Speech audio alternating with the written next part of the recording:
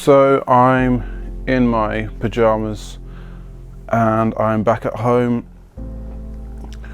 from work, and I just feel just to share my experience with those who want to listen. And it's not because I like to share my business, it's because I think, at least for me, it's important to share life with each other, and so it's something that I feel to do.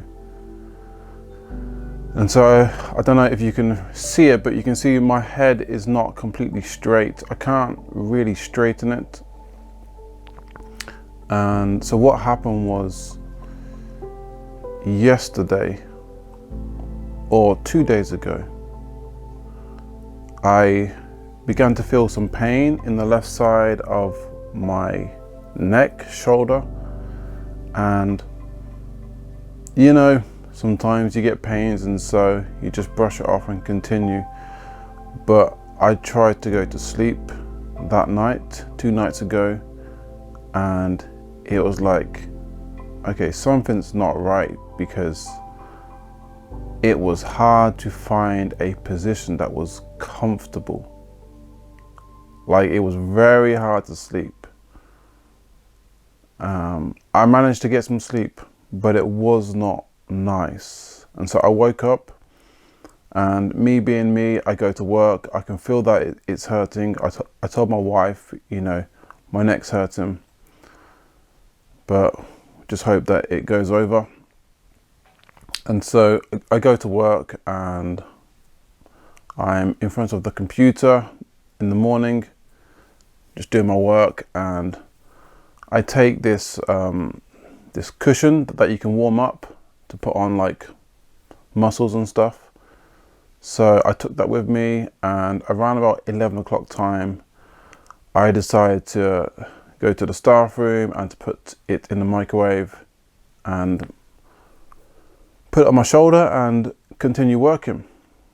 And so I go to the staff room, I put this cushion in the microwave, and I thought I would just go down the steps and just go for a little walk whilst I'm waiting. And I take one step down the steps, and it was just boom, something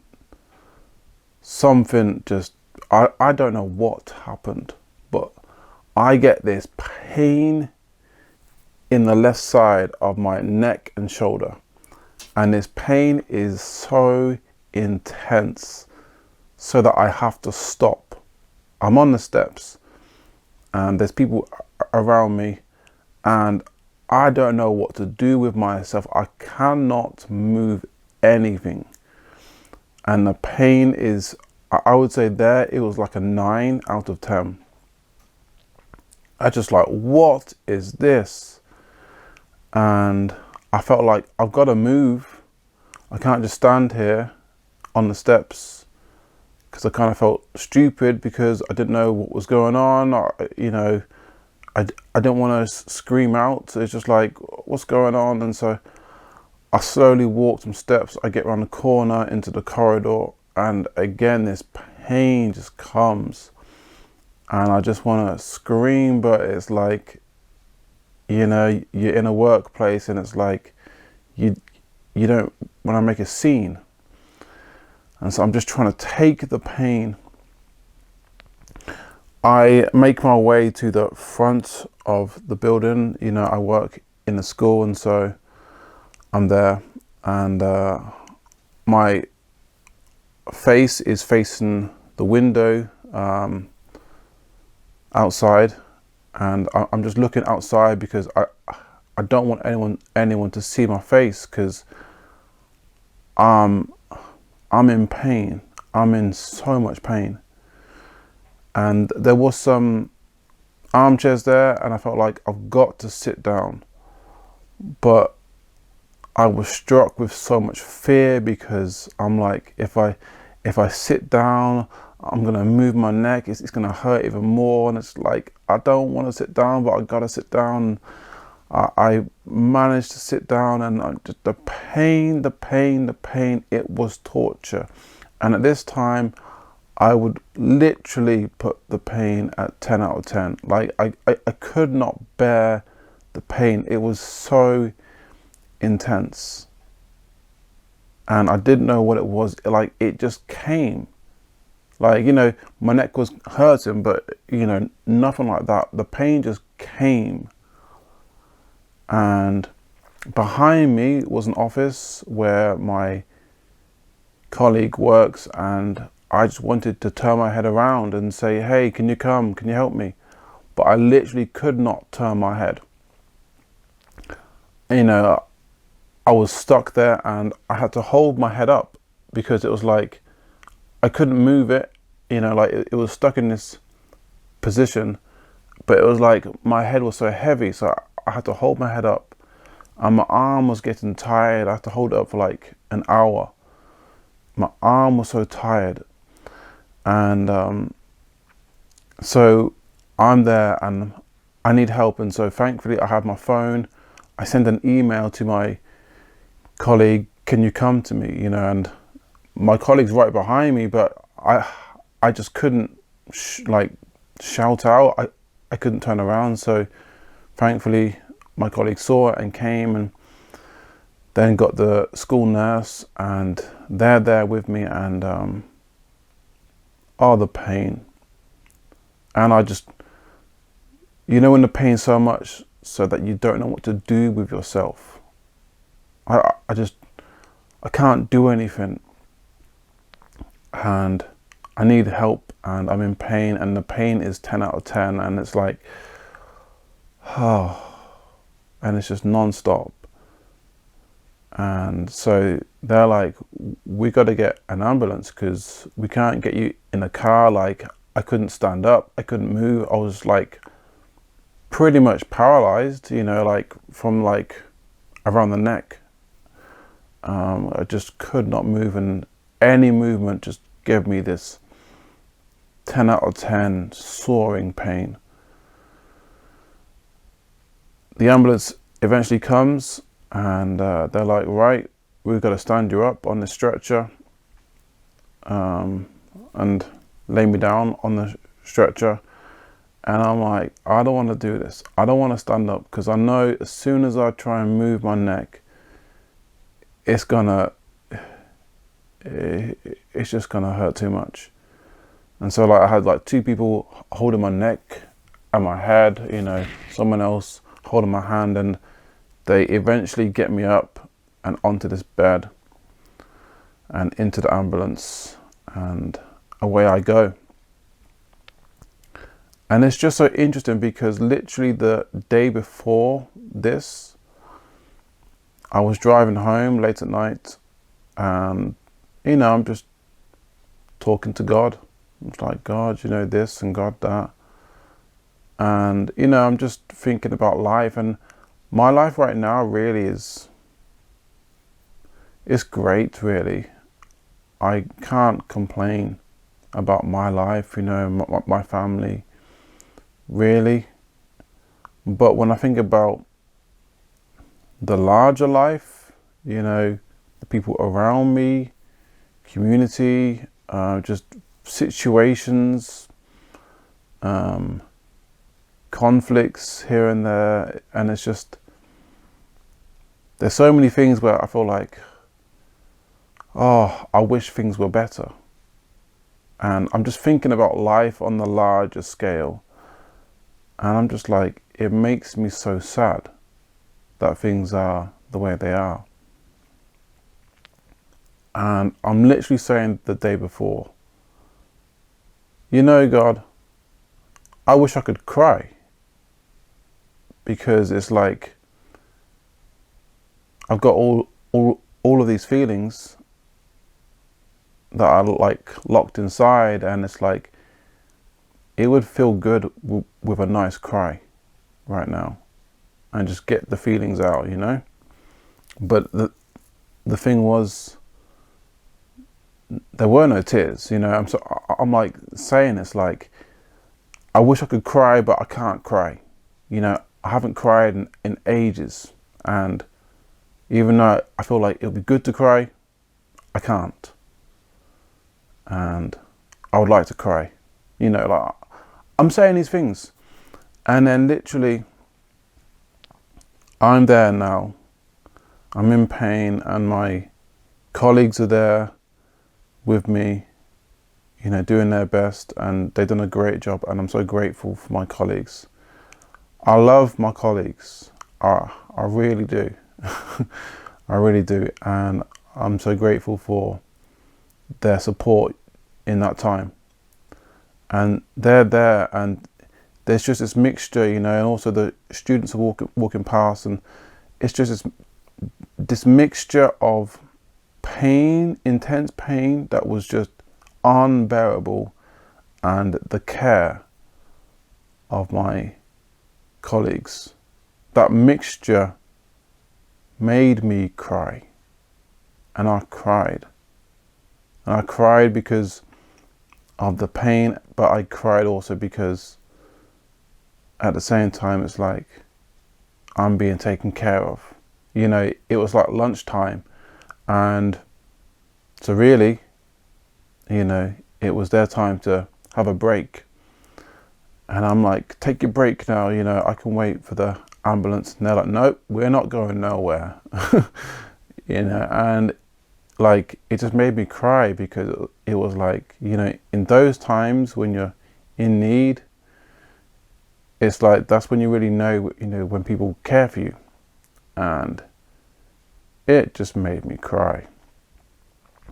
And just to see the love and care from my colleagues just made me cry. And the pain was torture. But I remember just in parts, I'm like, oh, it just feels so good just to cry, actually, because it's been so long. And I'm so grateful for the love and care. And it's just interesting because time and chance, you could say, those that were there with me were women that showed the love and care. And the two people that came in the ambulance were women. And you can say it's time and chance, but it was just interesting because I heard about a study done, or not just a study, but studies, and very large studies, over many different countries, where it talks about choice of jobs. And what was said was that men, on average, are more interested in things. And that's why when they choose their jobs, they often choose jobs where they are working with things, so machines or tools, for example. And that's because the studies showed that men were wired to really think more about things. And in these studies, it was shown that women are more interested in people and caring for people. And so their choice of jobs were, nurses, for example, or in care homes or in schools. And it was because they are more interested in people and how people feel. Like that the women were wired, more sensitive to people. And it is very interesting because, if I look at my family, it's like, my family here, but also growing up,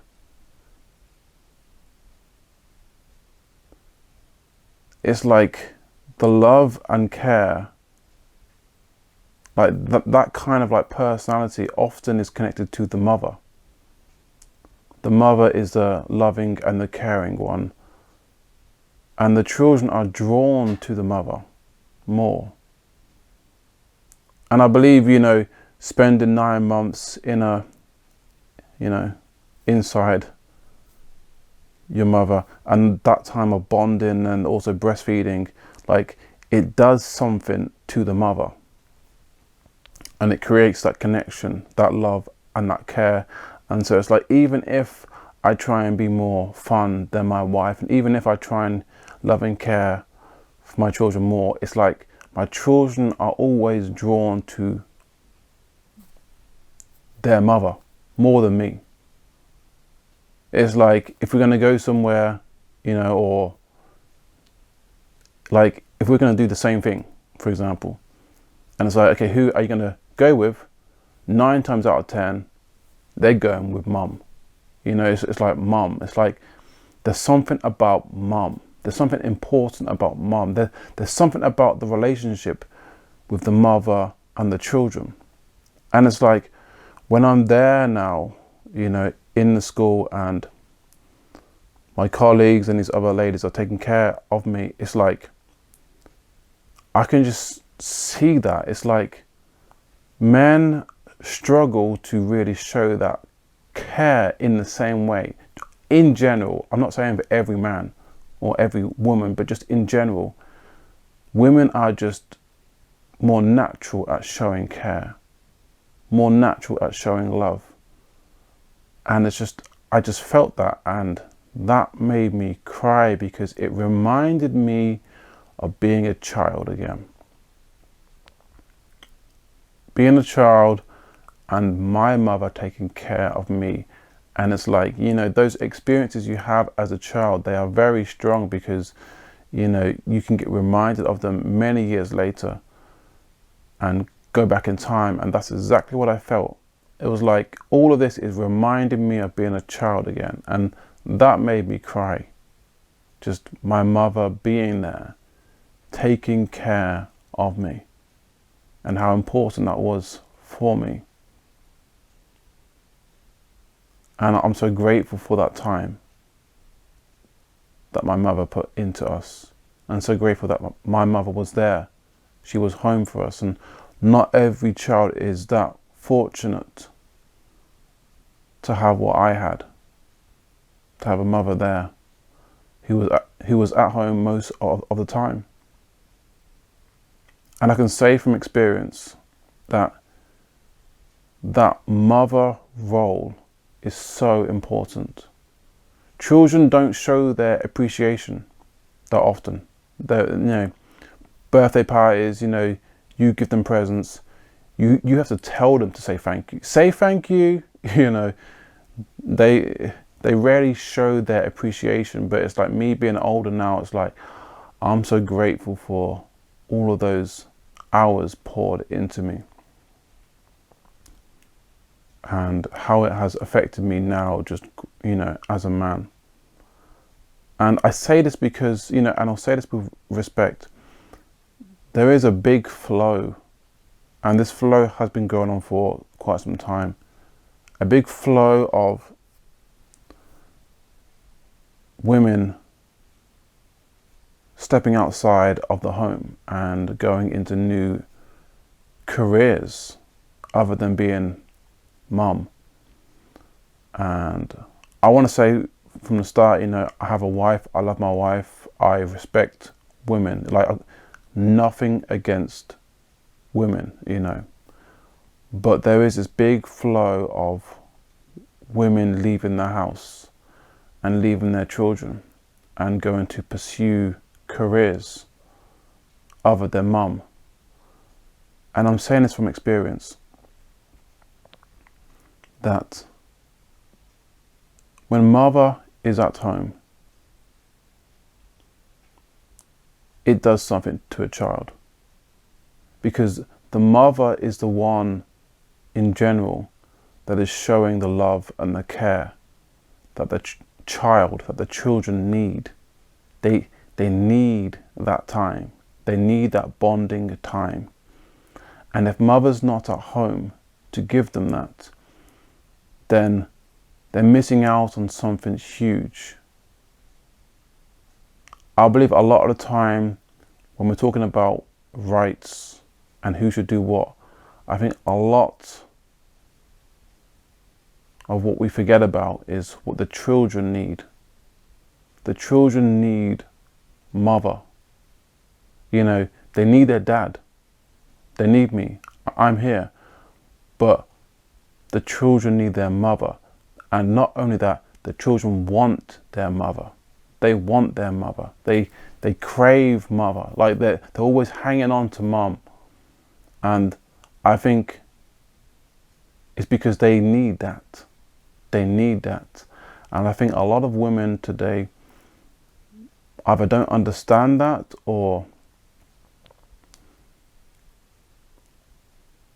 are just so uncontent with being mum. Like it's not enough to be mum. So I've got to pursue something other than mum. And I'm just saying, you know, like, this is why I was crying. It's like that love and care that I received yesterday, even though I was in pain, it was like, there's nothing like it. Like to know that you're loved and to feel loved and to be taken care of. It's like, it's greater than money. It's greater than going on holiday. It's greater than cars. To know that, you know, for me, the fondest memory and memories that I have is the everyday life. Sitting down, not doing much, just hanging out with mum and dad. Those are the best and the fondest memories I have of my parents. Them being at home. And I think we just miss it so many times. And I just want to say with this how important it is. And don't look down upon your role as a mom. Don't do that. Because I believe one of the greatest achievements a mom can have is pouring their life into a child day in, day out, day in, day out. And that child or those children then growing up into great people, behaved people, people that can work and are faithful, people that make a difference in their community, people that love other people. And just as a mother, to see your child then grow up and be someone that is affecting their community, and to feel like all of those hours that I put in, I can now see those hours in my child. And not only that, because I believe a lot of what we do as parents is investing. And when you're investing, you don't see what's going on. You're investing in hope that it's going to grow into something more. I believe a lot of what the mother does is investing.